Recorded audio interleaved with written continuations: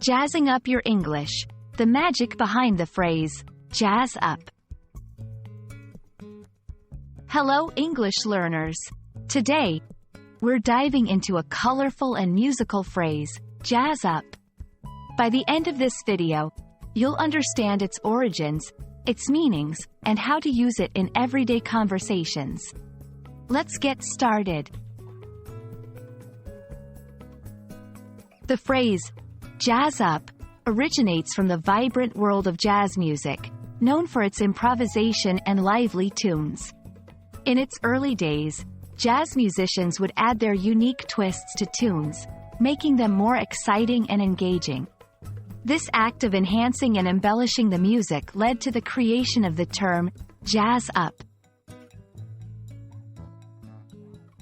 When we say, jazz up, in everyday language, we generally mean 1. To make something more interesting or lively. Just as musicians jazz up a piece of music by adding unique elements, the term can apply to anything we wish to make more appealing or vibrant. For example, I decided to jazz up my living room with some colorful cushions. 2. To improve the appearance or style of something. This might be about adding decorations to a room, or perhaps accessorizing an outfit to make it more stylish. Example, she jazzed up her outfit with a bright scarf. Let's see how you can incorporate this fun phrase into your daily English.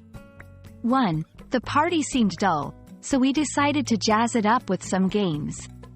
2. Your presentation was good, but you could jazz it up a bit with visuals. 3. The cake tasted great, but I decided to jazz up its appearance with some fresh fruit on top. And there you have it. The phrase, jazz up, is a versatile and lively expression that can add a touch of excitement to your English conversations.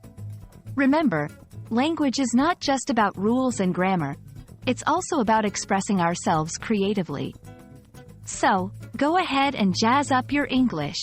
We hope you found this video insightful, and we look forward to bringing you more such exciting topics. Happy learning!